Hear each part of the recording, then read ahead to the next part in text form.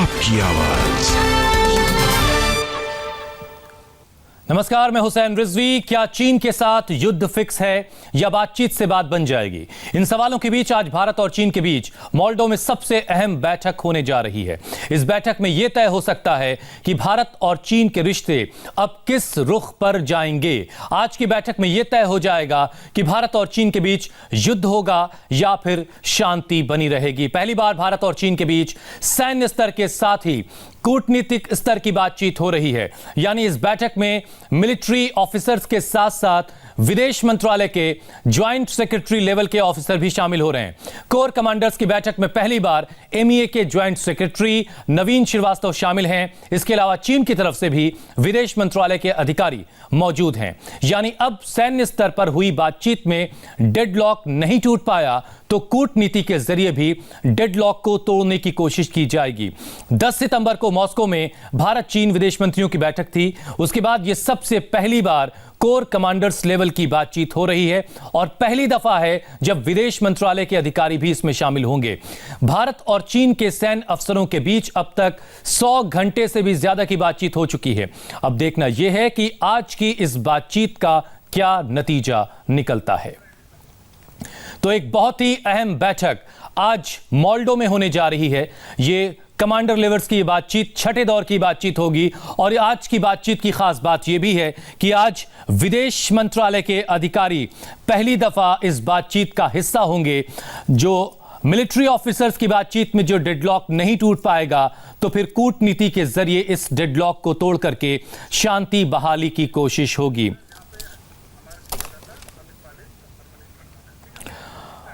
और अब आपको सीधे लिए चलते हैं लेह लद्दाख, जहां पर इस वक्त मेरे दो साथी मौजूद हैं, अमित पालित और Manish Prasad. Over to you. बहुत बहुत शुक्रिया हुसैन आपको बता दें कि इस वक्त हम लेह में मौजूद हैं और पल पल की खबर हम आप तक पहुंचा रहे हैं। मेरे साथ मनीष है। मनीष इंडिया टीवी के डिफेंस एडिटर भी हैं और इस पूरे इलाके के चप्पे चप्पे को अच्छी तरह से जानते हैं। मैं और मनीष करीब हमने यहाँ पर 1.5-2 महीने गुजार लिए हैं और लगातार हम देख रहे हैं कि किस तरह से यहाँ पर हालात बदल रहे हैं। लेकिन सबसे पहले मनीष से मैं अपडेट ले लेता हूँ क्योंकि मनीष को पता है कि फिलहाल क्या हो रहा है मोल्डो में। मनीष देखिए, मीटिंग शुरू हो चुकी है और आज की मीटिंग ये डिप्लोमेटिक भी है और मिलिट्री पॉइंट ऑफ व्यू से इंपॉर्टेंट भी है। इसमें 12 सदस्यीय डेलीगेशन इंडियन आर्मी का है, जिसमें सबसे ज्यादा important lieutenant general Harinder Singh जो कि 14 कोर कमांडर हैं। उसके अलावा जो एमईए का एक रेप है ज्वाइंट सेक्रेटरी नवीन श्रीवास्तव, वो एक अहम रोल में है और क्योंकि डब्ल्यूएमसीसी की जितनी मीटिंग्स होती हैं उसको भी हेड वही करते हैं। उसके साथ साथ 2 डिवीजन कमांडर जिसमें त्रिशूल डिवीजन के मेजर जनरल अभिजीत बापट और साथ में दाऊ डिवीजन के मेजर जनरल पदम शेखावत शामिल हैं। उसके अलावा अक्टूबर यानी मिड अक्टूबर के वक्त 14 core commander general Harinder Singh change होने वाले हैं। इसीलिए जो आर्मी हेडक्वार्टर में इस समय लेफ्टिनेंट जनरल मेनन है वो इसको टेक ओवर करेंगे, वो भी इस मीटिंग में शामिल होंगे। कुल मिलाके 12 सदस्य डेलीगेशन है जिसमें ब्रिगेडियर ऑपरेशंस, ब्रिगेडियर इंटेलिजेंस और 2 ब्रिगेड कमांडर शामिल हैं। उसके अलावा lieutenant colonel rank Chinese interpreter और 2 और अदर रैंक्स हैं। यानी कुल मिलाके 12 मेंबर डेलीगेशन है और अपनी हर एक बात को बहुत ही सख्ती के साथ चीन के आगे रखने वाला है। लेकिन मनीष, आपने इसमें एक अहम बात कही है कि जो बातचीत है ये अगर लंबा खिंचता है तो अगर उस वक्त जो ट्रांसफर होगा, दूसरे हमारे जो जनरल हरविंदर सिंह है लेफ्टिनेंट जनरल, उनकी जगह पे जो आएंगे वो भी इस बातचीत में शामिल हो रहे हैं ताकि जो कंटिन्यूटी है वो ब्रेक ना हो सके। इसके साथ ही आपको बता दें जो आज की जो बातचीत हो रही है इससे पहले 5 बार हो चुकी है कोर कमांडर्स की बातचीत, जिसमें लेफ्टिनेंट जनरल हरविंदर सिंह और चीन के मेजर जनरल लियू लिन भी मौजूद थे और ये छठी बार बातचीत होने जा रही है और 2 अगस्त को आखिरी बार बातचीत हुई थी। हमारे साथ हमारे गेस्ट भी मौजूद है, कर्नल डिनी हमारे साथ जुड़ गए हैं। कर्नल डिनी, आज की जो बातचीत है इसमें सबसे बड़ी जो हम कह सकते हैं पॉइंट वो है कि मिलिट्री और जो डिप्लोमेसी है दोनों साथ में होंगे, तो क्या जो डेडलॉक अभी तक बना हुआ है उसमें आपको लगता है कि डेडलॉक टूटेगा और कोई रास्ता निकल पाएगा? जी हुसैन जी, मुझे लगता है कि ये बहुत ही इम्पॉर्टेंट मीटिंग है जो आज चल रहा है और उसका खास कारण कई हैं जिसमें से आपने एक बताया कि पहली बार ऐसा हो रहा है कि डिप्लोमेट जो है वो ऑन ग्राउंड एलएसी पे मिलिट्री ऑफिशियल्स के साथ में बैठ के बातचीत कर रहे हैं, नंबर 1। दूसरी चीज, ये जो मीटिंग है डिफेंस मिनिस्टर और जो फॉरेन मिनिस्टर की जो मीटिंग हुई थी मॉस्को में, उसके बाद वाला एक अहम मीटिंग चल रहा है। तो मेरे जो समझ में है कि अभी जो माहौल है दोनों तरफ, चाइना और भारत की तरफ, खास तौर पे भारत ने जो अगस्त 29-30 को जो प्रोएक्टिव स्टैंड्स लिए हैं, उससे हमने एक अपना इंटेंशन भी बहुत क्लियर कर दिया है। उसके बाद आप एक मौका है दोनों देश को बैठ के एक डीएस्केलेशन और उसकी तरफ जाने का एक सबसे अच्छा मौका है। इसका एक ही प्रॉब्लम मुझे दिखता है, अगर चाइना माने तो। अगर चाइना नहीं मानता है तो फिर ये लंबा जा सकता है, लेकिन मेरा ये विश्वास है कि शायद हमें इसमें से कुछ पॉजिटिव जरूर निकलेगा। कर्नल डिनी, एक बात बताइए कि क्योंकि आप इस इलाके में सर्व कर चुके हैं, खास तौर पे जो पेंगोंग का पूरा इलाका है, इस इलाके में जो 29 और 30 अगस्त की रात के बाद जो चीजें बदली हैं, जिस तरह से हमने जो हाईएस्ट पॉइंट्स पे अपने पोस्ट बनाए हैं, उसके बाद आप स्ट्रैटेजिकली क्या देख रहे हैं कि ये जो बातचीत होगी इसमें किस तरह से भारत अपने पत्तों को रखेगा और क्या चीन दबाव में रहेगा? देखिए हुसैन जी, सबसे पहले जब से ये प्रॉब्लम स्टार्ट हुआ था 5 और 6 मई से, तब से चाइना ने हमेशा अपना प्रोएक्टिवनेस एक्शन दिखाया। हमने सिर्फ रिएक्ट करते रहे, वो कुछ करते रहे, हमने उनके पीछे पीछे हम कुछ ना कुछ करते रहे, और हमने जो भी किया उनको उसी का जवाब वहीं पर देते रहे। ये बात भी सही है, लेकिन जो अगस्त के लास्ट में जो हमने किया, वो हमने एक प्रोएक्टिव एक्शन लिया है, जिसमें कि ऐसे पहाड़ हैं वहां पर जिसको अगर हम जी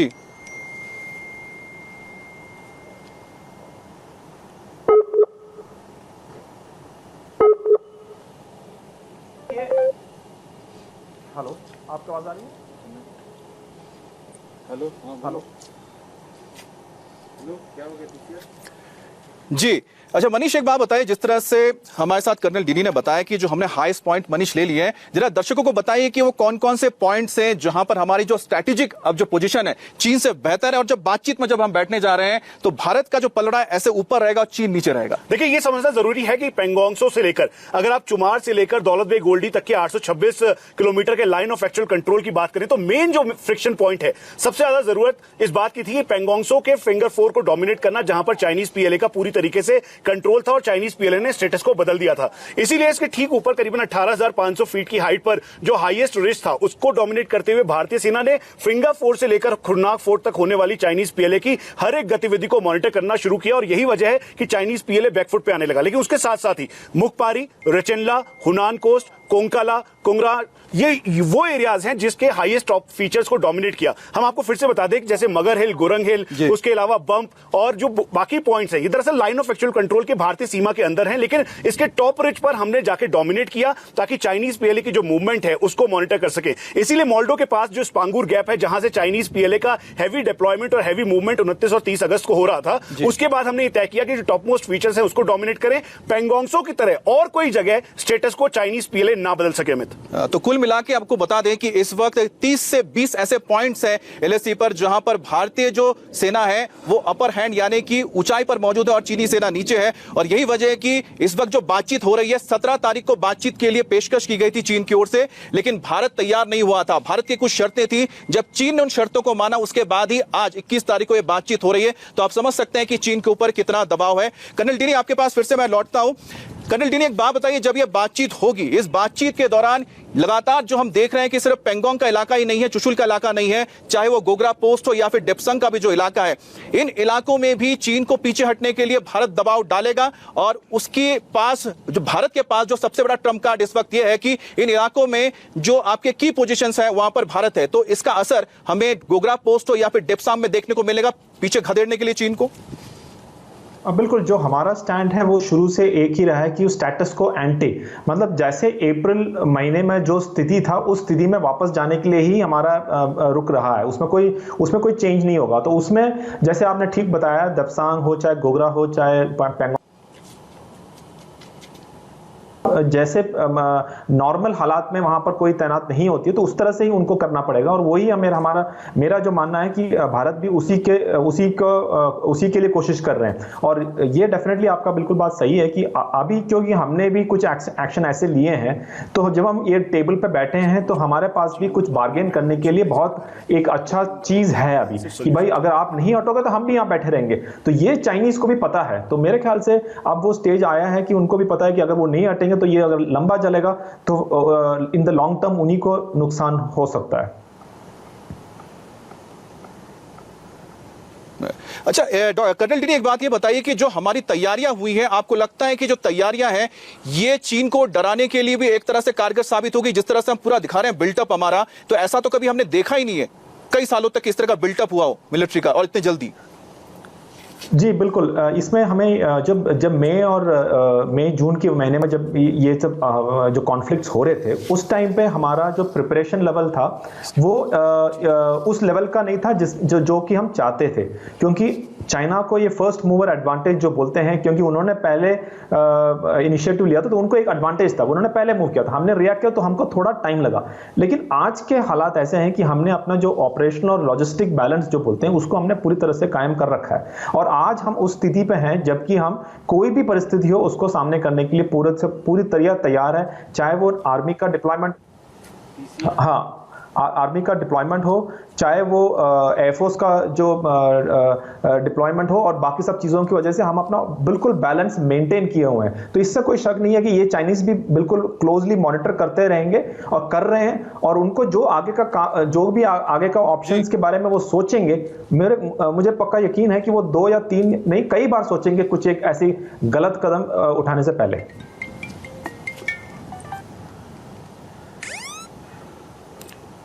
जी कर्नल डी, हमारे साथ इस वक्त मेजर जनरल जीडी बख्शी भी जुड़ गए हैं। जीडी बख्शी साहब, आपका भी बहुत बहुत स्वागत है।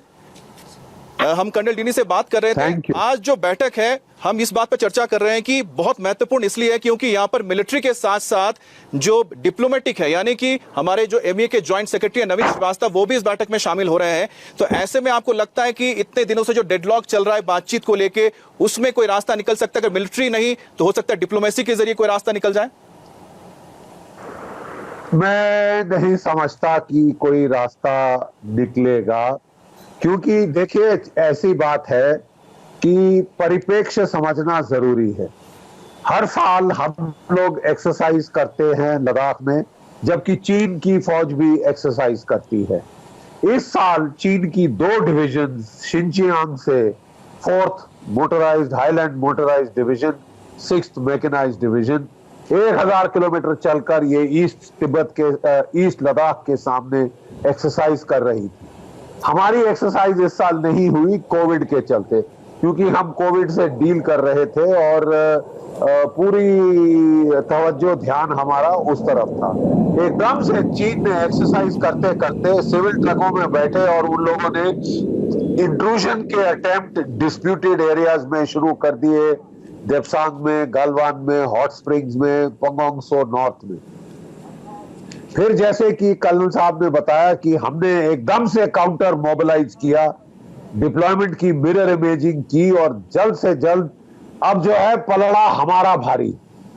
इसके बाद वो जो है 15 जून का इंसिडेंट हुआ, जिसमें कि चीन ने घातक हमला किया बगैर फायर आर्म्स इस्तेमाल किए। वो आयरन रॉड्स और बेसबॉल बैट जिसमें कंटीली तार और कील लगे हुए थे वो सब लेके आए पूरी तैयारी के साथ, और हमारे एक कर्नल और 19 जवान शहीद किए, और उनके खुद के कोई 60 के करीब जो है वो मारे गए हैं, जो वो छुपा रहे हैं अभी तक।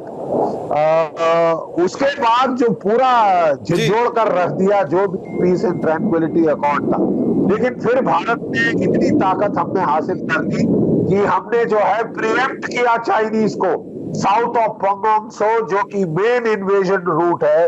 तमाम डोमिनेटिंग हाइट्स हम पकड़ चुके हैं, black top, helmet top, Rezangla, Rechinla इत्यादि, जो कि पूरी कैलाश रिज है जो कि डोमिनेट कर रही है इन्वेजन रूट को, और चीन की मोल्डो गैरिजन को उस पे हमारा हाइट्स पे कब्जा है। हम डोमिनेटिंग पोजीशंस में हैं। पंगोंग सो नॉर्थ में भी हमने जो रिज लाइन है जीडी साहब, जो कि फिंगर्स 4 to 8 है, उसके ऊपर हम बैठे हैं। जी जीडी बख्शी सर, लेकिन ये बताइए, लेकिन फिर भी चीन पीछे क्यों नहीं हट रहा है? क्यों पीछे नहीं हट रहा चीन? क्योंकि उसकी और कैसे हटेगा? बुरी तरह से उसकी नाक बुरी तरह से कटेगी दुनिया के सामने। बड़ी दादागिरी करने आया था और उल्टे बांस बरेली को खिसियाना मुंह लेके वो खिसियानी बिल्ली खंबा नोचे, उसको वापस जाना पड़ रहा है। अगर उसको वापस जाना पड़ा उल्टे बांस बरेली को, तो फिर साहब आने का मतलब क्या हुआ? ये पूरी दादागिरी करने का मतलब क्या हुआ? जो बे से तमाशा कर रहा है, दुनिया को दिखा रहा है कि वो भारत को भी उसी प्रकार धमका देगा जिस प्रकार उसने फिलीपींस जैसे छोटे देश को धमकाया है, तो साहब फिर तो उनको वो नेले पे दहला पड़ गया है ना, बहुत महंगा हिसाब पड़ गया है। अब वो पीछे इसलिए नहीं जा रहा क्योंकि चीन की नाक दुनिया के सामने बुरी तरह से कटेगी। नाक तो कटेगी जीडी साहब, लेकिन ये बताइए कि पीछे कैसे हटेंगे? पीछे चीन कैसे हटेगा, ये सबसे बड़ी बात है। नहीं, पीछे चीन कैसे हटेगा? मेरा ख्याल आपको हटाना पड़ेगा, सिर्फ फायर खोल के। ये एकमात्र रास्ता है। चीन को अगर आप पीछे हटाना चाहते हैं, हमने डोमिनेटिंग हाइट्स पकड़ ली हैं, जो मिलिट्री एडवांटेज हमारी ओर है। अगर हम मोल्डो गैरिजन पे फायर भी खोल दें तो उनकी ऐसी तैसी हो जाएगी, क्योंकि हम हाइट पे हैं और वो नीचे बैठे हैं। बिल्कुल विपरीत है 1962 की स्थिति। 1962 में हम खड्डे में नाम का चूमे जाके बैठे थे, जबकि वो हाथों जो दूसरी हाइट है सामने थागला रिज की, वो वहां चढ़ के बैठा हुआ था, और जहां से उसने वहां से फायर खोला तो हमारी हालत पतली हो गई थी उस टाइम पे। बिल्कुल, ये तो the boot is on the other leg. हम हाइट्स पकड़े हैं, और अगर हम वाकई पीछे खदेड़ना चाहते हैं, all we have to do is to open fire. सरकार को फायर खोलने की, कारगर फायर खोलने की इजाजत देनी होगी, और अपने आप पीछे जाएंगे, ये खदेड़े जाएंगे पीछे। ये ऐसे तो ये हिलने वाले नहीं, और ये भी सोच। तो जीडी साहब का यह कहना है कि चीन फंस चुका है, चीन पीछे हट नहीं सकता क्योंकि उसकी नाक कटेगी, और अगर चीन को पीछे हटाना है तो हो सकता है कि भारत को ऑफेंसिव कुछ करना पड़े, यानी कि अगर चीन के किसी बेस पर हमला करना पड़े तो भी वो करे। और कर्नल डीनी भी हमारे साथ, उन्होंने भी ये कहा कि भारत का जो पोजीशन है बहुत मजबूत है, तो हम उम्मीद ये करते हैं कि इस वक्त जो बातचीत हो रही है उस बातचीत में कुछ ना कुछ निकलेगा। मनीष भी हमें ताजा अपडेट देते रहेंगे। फिलहाल रुक रहे हैं ब्रेक के लिए, लेकिन ब्रेक के बाद आपको बता दें कि राज्यसभा में बड़ा हंगामा हो रहा है, आपको वो खबर दिखाएंगे।